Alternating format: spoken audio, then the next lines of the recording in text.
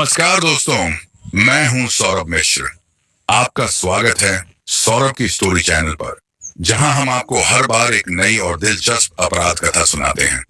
अगर आप हमारे साथ इस रोमांचक सफर का हिस्सा बनना चाहते हैं, तो चैनल को सब्सक्राइब जरूर करें और पास के बेल आइकन को जरूर दबाएं, ताकि हमारी हर कहानी आप तक सबसे पहले पहुंचे। मध्यम वर्गीय व्यक्ति को ईश्वर जो सांसारिक सुख वैभव देता है, वे सब यादराम को भी दिए थे।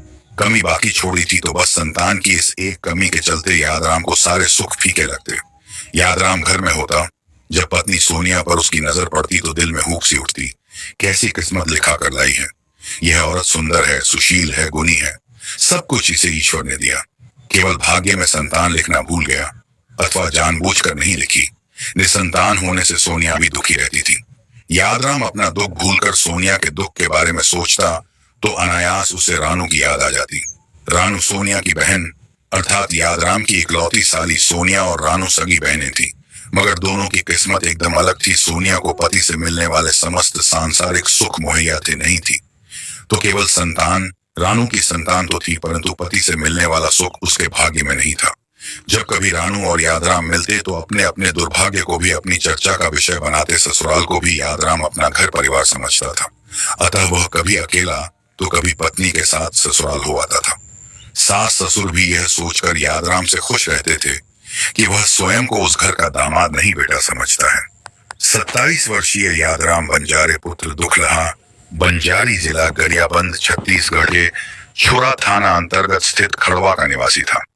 कौकेदरा में फर्नीचर की उसकी अच्छी खासी चलती दुकान थी। 5 वर्ष पूर्व उसका विवाह 22 वर्षीय सोनिया से हुआ था।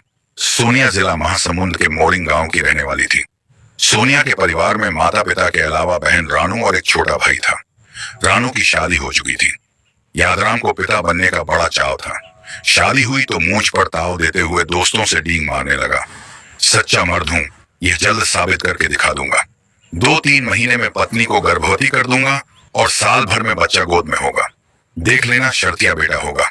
सोनिया से भी यादराम कहता था, मैंने सबको बता दिया है कि साल भर में बेटे का बाप बनूंगा। अब तुम्हें मेरे वचन की लाज रखना है। जल्दी से गर्भवती होकर बेटा पैदा करो। गर्भ धारण करना और पुत्र जन्ना सोनिया के हाथ में तो नहीं था। पति का उल्लास देखकर वह भी मुस्कुरा देती।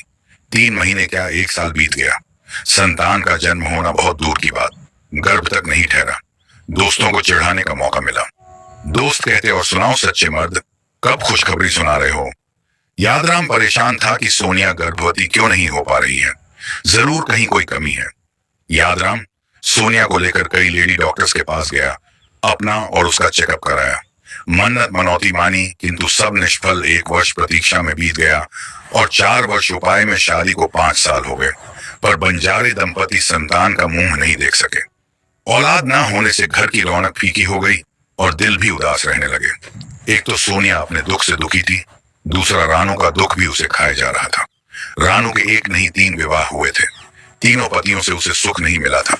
सन 2011 में जिससे रानू की पहली शादी हुई, वह अव्वल दर्जे का शराबी एवं कामचोर था। इन्हीं व्यसनों के चलते उससे रानू की नहीं बनी और वह उसे छोड़कर मायके लौट आई।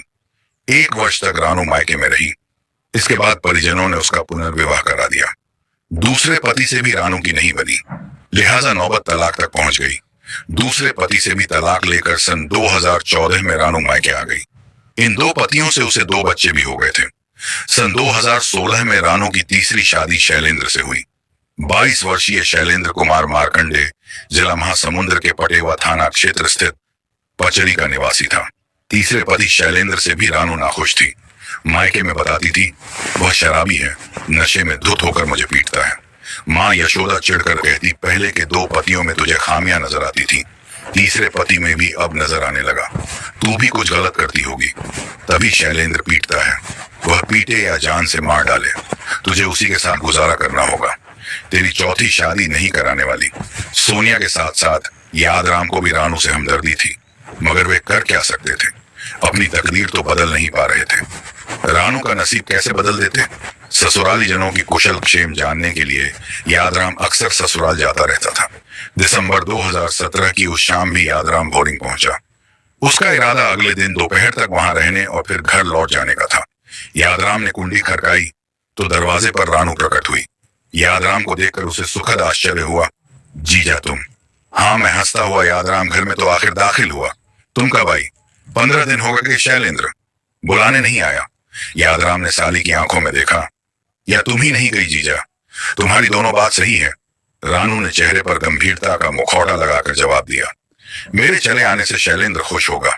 वह मुझे क्यों बुलाने आएगा? उसके घर जाने में मेरी भी रुचि नहीं है। यादराम ने कुछ कहने के लिए मुंह खोला ही था कि ऊंची आवाज में बोलते हुए यशोदा बाहर आई। रानू, कौन आया है? दरवाजे पर खड़ी होकर तुम किससे बतिया रही हो? उसने यादराम को देखा तो प्रसन्नता से चेहरा दमक उठा। अरे बेटा, तुम कसम से, मैं तुमको ही याद कर रही थी। ईश्वर से कुछ और मांगा होता तो वह भी मिल गया होता। सास दामाद कमरे में बैठकर बतियाने लगे और रानू नाश्ते की व्यवस्था करने चली गई। कुछ देर में ससुर और साला आ गए। हंसी खुशी के माहौल में कब रात हो गई पता नहीं चला। सबने भोजन कर लिया तो यशोदा ने यादराम का बिस्तर अलग कमरे में लगा दिया। दिसंबर का महीना था, कड़ाके की ठंड पड़ रही थी। खाना खाने के बाद पूरा परिवार आंगन में बैठकर आग तापता रहा। सुबह 10 बजे तक कोहरा छाने लगा और अंगारे बुझने लगे। तब सोने का प्रोग्राम बना। यशोदा ने पानी डालकर अंगारे बुझाए। उसके बाद सब अपने अपने बिस्तर पर सोने चले गए। यादराम भी कमरे में जा लेटा। कड़ाके की ठंड के बावजूद उसने दरवाजा अंदर से बंद नहीं किया। लाइट ऑफ करके नाइट बल्ब जलाया और रजाई ओढ़कर लेट गया। सर्दी में जब तक बिस्तर गर्म ना हो, शरीर में गुनगुनी गर्मी का एहसास ना हो, नींद नहीं आती। स्थान बदल जाने पर भी ऐसा होता है और किसी के बारे में सोचते रहने पर भी। एक तो बिस्तर ठंडा, दूसरा बदली जगह, तीसरा सोनिया के ख्याल। यादराम सोच रहा था, पता नहीं सोनिया सोई या उसकी तरह जाग रही है। मोबाइल फोन भी तो उसके पास नहीं है कि नंबर डायल करके बात कर लेता। कुछ देर में बिस्तर गर्म होने लगा तो यादराम ने सोनिया का ख्याल अपने दिमाग से निकाला और आंखें बंद करके नींद को करीब बुलाने की कोशिश करने लगा। नींद तो नहीं आई। हाँ, साली रानू चुपके से कमरे में आ गई। उसके आने का पता तब चला। तब वह बेड पर पायने की ओर बैठी यादराम ने आंखें खोलकर रानू को देखा। फिर बेड की बैग से पीठ टिकाते हुए बोला, रानू, तुम इस वक्त मेरे कमरे में आजकल मेरी आंखों से नींद उड़ी हुई है। पूरी पूरी रात जागती रहती हूँ। रानू ने सिर से कमर तक शॉल कसा, फिर पैर उठाकर बेड पर रखे और यादराम की ओढ़ी हुई रजाई अपने पैरों पर डाल ली। बोली, मैंने सोचा आप भी जाग रहे हो तो क्यों ना कुछ गपशप कर ली जाए। मुझे भी नींद नहीं आ रही थी। यादराम मुस्कुराया। गपशप करके टाइम पास हो जाएगा। कड़ाके की ऐसी ठंड में आपको यकीनन दीदी याद आ रही होगी। तुम भी तो शैलेंद्र को याद कर रही होगी। याद करने से क्या फायदा? रानू ने मुंह बिचकाया। याद उसे किया जाता है जो याद करने लायक हो। ठंड ज्यादा है, इसलिए शैलेंद्र आज कुछ ज्यादा शराब पीकर बेसुध पड़ा होगा। शैलेंद्र को छोड़ो जीजा, कोई दूसरी बात करो। रानू ने रजाई अपने पैरों पर डाली हुई थी, इसलिए यादराम अपने पैर मोड़े था और सर्दी से बचने के लिए कंधों तक उसने रजाई डाल रखी थी। रानू ने जीजा की हालत पर गौर किया तो बोली, आपने पैर क्यों? सिर को ढक लीजिए, दर्द होने लगेगा। इत्मीनान से फैला लीजिए। ऐसे ही ठीक हूं। यादराम के स्वर में संकोच था। पैर फैलाऊंगा तो तुमसे टकराएंगे। टकराने दीजिए, मैं कोई गैर नहीं साली हूं आपकी। रानू ने रजाई के अंदर हाथ डाला, यादराम के पांव के पंजे पकड़े और खींचकर अपनी गोद में रख लिए। कड़ाके की ठंड में नारी तन का स्पर्श हुआ तो यादराम की देह में सनसनी सी होने लगी।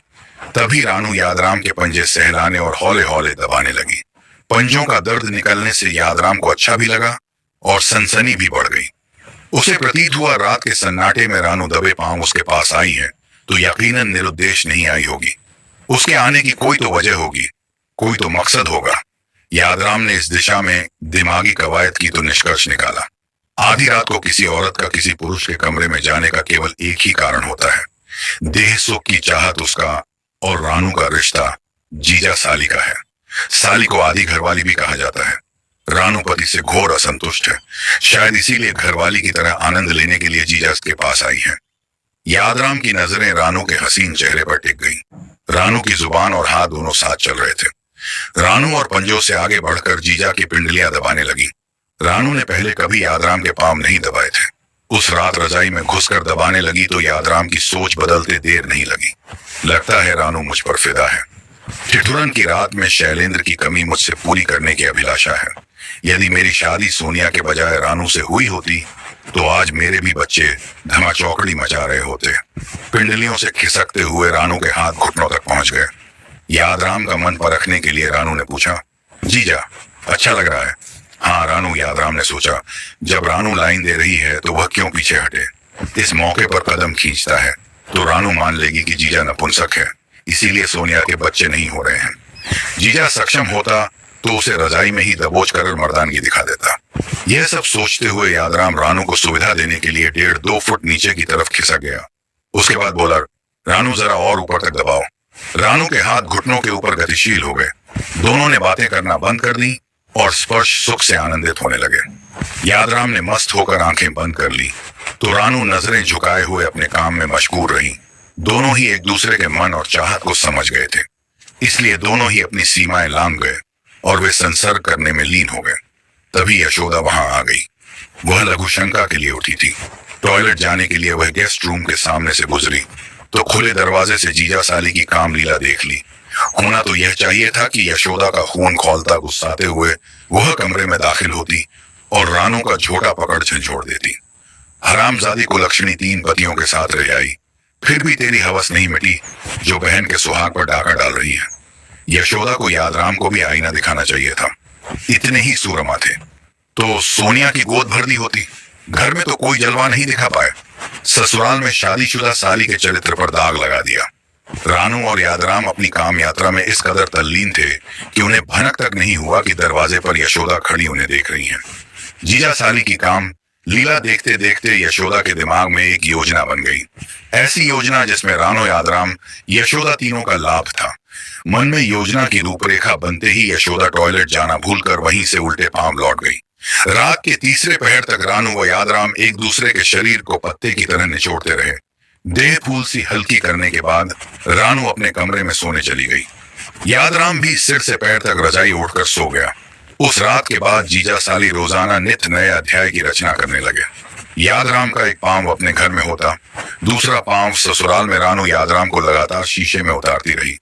इस बीच शैलेंद्र कई बार रानू को बुलाने आया, मगर वह उसके साथ नहीं गई। तुम जैसे शराबी और अत्याचारी पति के साथ गुजारना मुमकिन नहीं है। जैसे मैंने 2 पति छोड़ दिए वैसे ही तीसरा छोड़ रही हूँ। अपना और मेरा रिश्ता खत्म समझो शैलेंद्र। रिश्ता तोड़ने को किसी कीमत पर तैयार नहीं था। सेक्स, साजिश और छल के इस कहानी में गंभीर मोड़ तब आया जब 29 जून की शाम को शैलेंद्र लापता हुआ और 30 जून 2018 को पथरी मोड़ पर उसकी लाश पड़ी मिली। सूचना पाकर थानाध्यक्ष फिंगेश्वर संतोष सिंह पुलिस टीम के साथ मौके पर पहुंचे। संतोष सिंह ने लाश का मुआयना किया तो पाया कि मृतक का सिर बुरी तरह कुचला हुआ था। देखने मात्र से प्रतीत होता था कि किसी भारी व ठोस वस्तु से मृतक के सिर पर वार किए गए थे।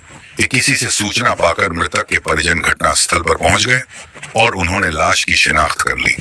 इसके बाद लाश पोस्टमार्टम हेतु भेज दी गई। अगले दिन 1 जुलाई को मृतक के पिता ने थाना फिंगेश्वर में घटना की रिपोर्ट दर्ज कराई। उक्त रिपोर्ट धारा 22 ITC के तहत दर्ज की गई। वादी ने शैलेंद्र की हत्या का संदेह उसके साढ़ू यादराम बंजारे पर व्यक्त किया।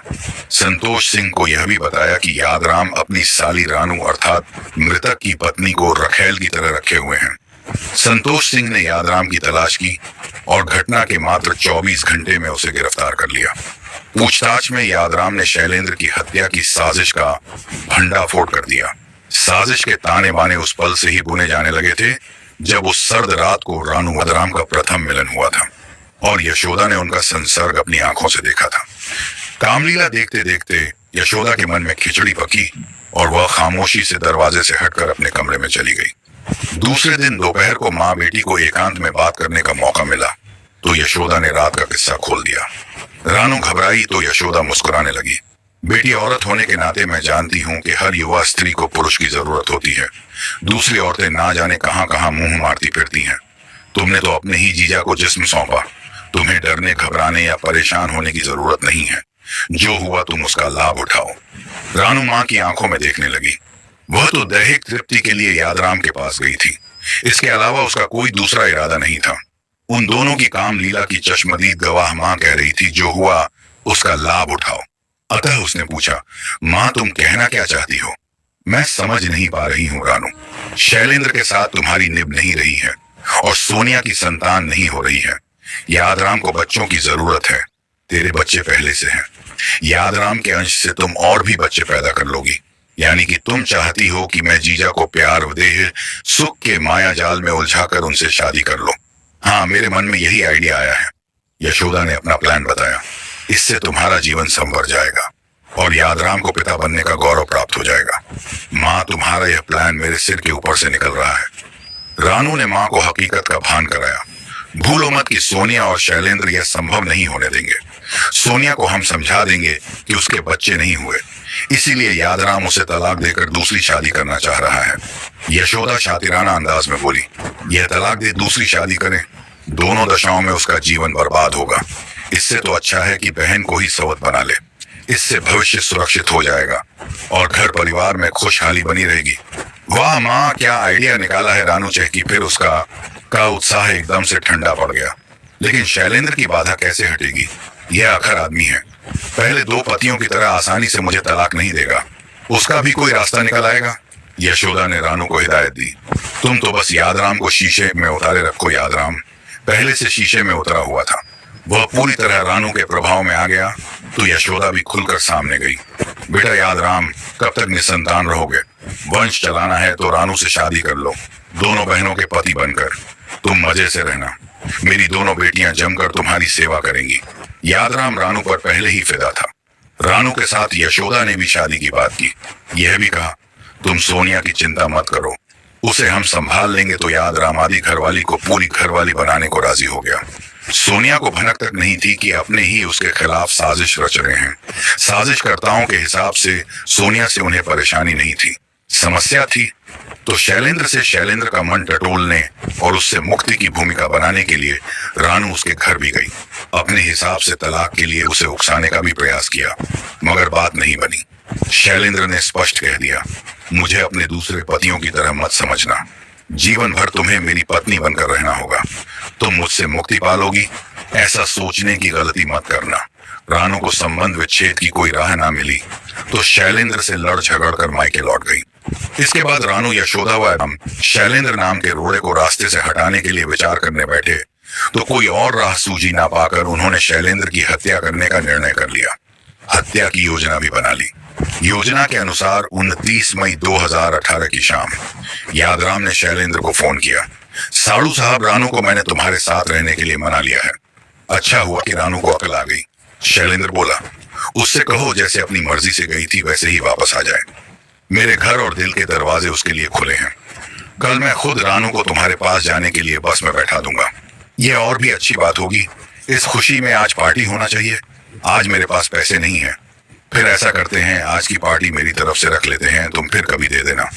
मंजूर है। फिंगेश्वर के पास पथरी मोड़ पर पहुंचो। मैं भी पहुंच रहा हूं। यादराम ने शराब की बोतल, डिस्पोजेबल गिलास, नमकीन आदि खरीद कर थैले में रखे और बाइक से पथरी मोड़ पहुंच गया। शराब का लती शैलेंद्र पथरी मोड़ पर उसका इंतजार करता मिला। यादराम शैलेंद्र को पास ही स्थित एक सूने स्थान पर ले गया। खुद कम शराब पी शैलेंद्र को अधिक मात्रा में पिलाकर टुन्न कर दिया। यादराम ने जब देखा कि शैलेंद्र अपना बचाव या मुकाबला कर पाने की दशा में नहीं रह गया है तो उसने साथ लाया। फर्नीचर बनाने में प्रयुक्त होने वाला प्लास निकाला और शैलेंद्र के सिर पर वार करने लगा। अंधाधुंध किए गए प्रहार से शैलेंद्र का सिर फट गया। भेजा बाहर निकल आया और मौके पर ही उसकी मृत्यु हो गई। शैलेंद्र मर गया तो यादराम ने उसकी जेब से मोबाइल फोन निकाला, फोन बंद करके अपनी जेब में रख लिया। ट्यूबवेल पर जाकर अपने हाथों व प्लास पर लगा खून धोया कपड़े बदले और बाइक पर सवार होकर वहां से रवाना हो गया। मौके से यादराम छुरा घटानी रोड के जंगल में पहुंचा। खून से कपड़े और प्लास वहीं छुपा दिया। इसके बाद वह खुशखबरी सुनाने ससुराल जा पहुंचा। शैलेंद्र की हत्या की बात सुनकर यशोदा और रान फूली नहीं समाई। यादराम के बयान के आधार पर संतोष सिंह ने यशोदा और रानू को भी गिरफ्तार कर लिया। यादराम की निशानदेही पर रक्त रंजित वस्त्र हत्या में प्रयुक्त प्लास और मृतक का मोबाइल भी बरामद कर लिया गया। पूछताछ के बाद तीनों अभियुक्तों को न्यायालय में प्रस्तुत किया गया, जहां से वे जेल भेज दिए गए। दोस्तों, आज की स्टोरी आपको कैसी लगी? अगर अच्छी लगी हो तो वीडियो को लाइक करके एक प्यारा सा कमेंट कर दें। कमेंट में अपना नाम और वीडियो कहां से देख रहे हैं जरूर लिखें और चैनल को भी सब्सक्राइब कर लें। आज बस इतना ही, कल फिर मिलेंगे एक नई स्टोरी के साथ। धन्यवाद।